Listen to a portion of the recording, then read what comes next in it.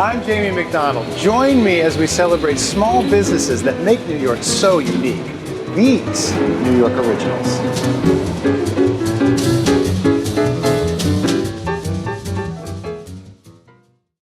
Where else but New York City could there be a place where both Bob Dylan and Bill Cosby honed their skills before they became legends? It's the Bitter End, one of the last true rock clubs left in America.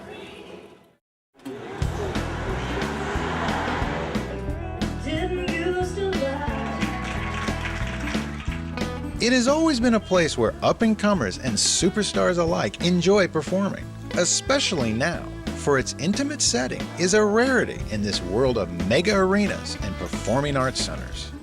It is an intimate setting. We cater to musicians and we cater to musical people.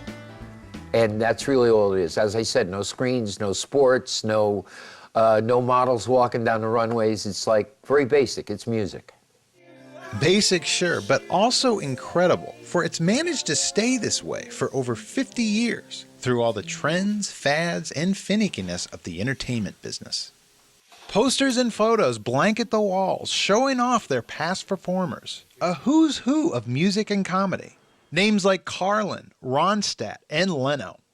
The Bitter End is part of a long musical tradition on Bleecker Street, the place in New York to hone your skills and get noticed. You know, Bleecker and McDougal was this source of music in transition. Club was started in 1961. Fred Weintraub was one of the original owners, and Paul Colby was the manager. Then became the owner of the club, and been going on ever since, nonstop. And so is Paul Colby, who at age 92 is still going strong, keeping an eye on the place, making sure new artists too get their shot on the stage. And their wall of fame proves it. Just look at some of the names. The Bitter End has been one of the most important clubs for me as I made my steps towards professional musicianship. The minute the Spoonful was over, I think the very first thing I tried out as a solo guitarist, singer, was go down and talk Paul Colby into letting me open for something. I remember having Bette Midler here. Barry Manilow was her music director. He was on stage with her at the time. And so one begot the other, and it goes on and on and on. So many people started early in their careers. I remember the first time I ever saw James Taylor here, I think he had 20 people the first night he played. So you can imagine for James Taylor to have 20 people, how long ago it was. And with comedy, the Bitter End is also a trailblazer, one of the first incarnations of the modern-day comedy club, complete with the brick-walled stage, which has inspired countless copycats. In the 1960s, the Bitter End's Tuesday night folk hootenannies helped foster in the modern folk movement. Musicians like Arlo Guthrie, Joan Baez, and Peter, Paul, and Mary played them regularly. The legendary folk trio even recorded one of their best-known live albums here. But no matter how many walk through the door, one legend sticks out. A regular who not only came here to perform, but to also listen. Most nights that he was here, people didn't even know he was here.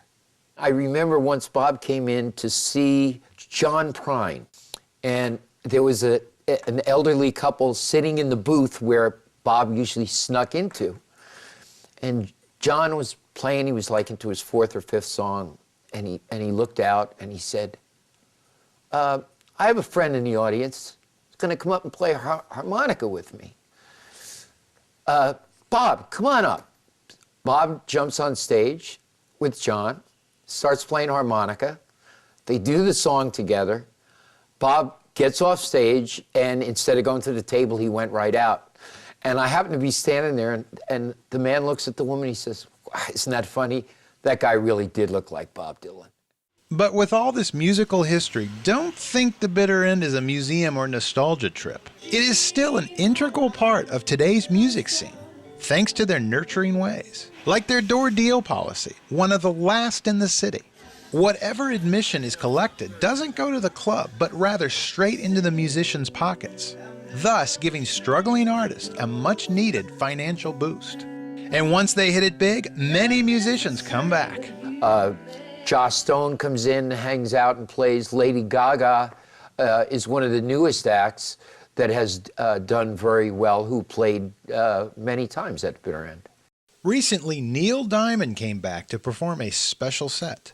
And then they called me up and they said, Neil is releasing a more acoustic type album, and he would like, before he leaves for Europe and then comes back and does the Garden, he'd like to do a night at the bitter end.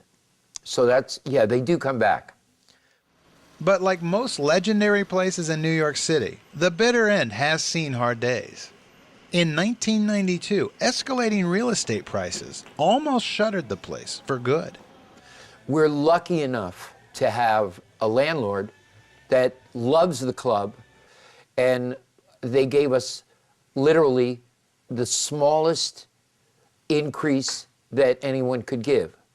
So in any other circumstance, we might not be sitting here talking right now. But now the bitter end thrives, putting on shows every night, sometimes 6 acts in a row, helping to continue its legacy as the grand dam of music, while still keeping itself a place relevant for new music.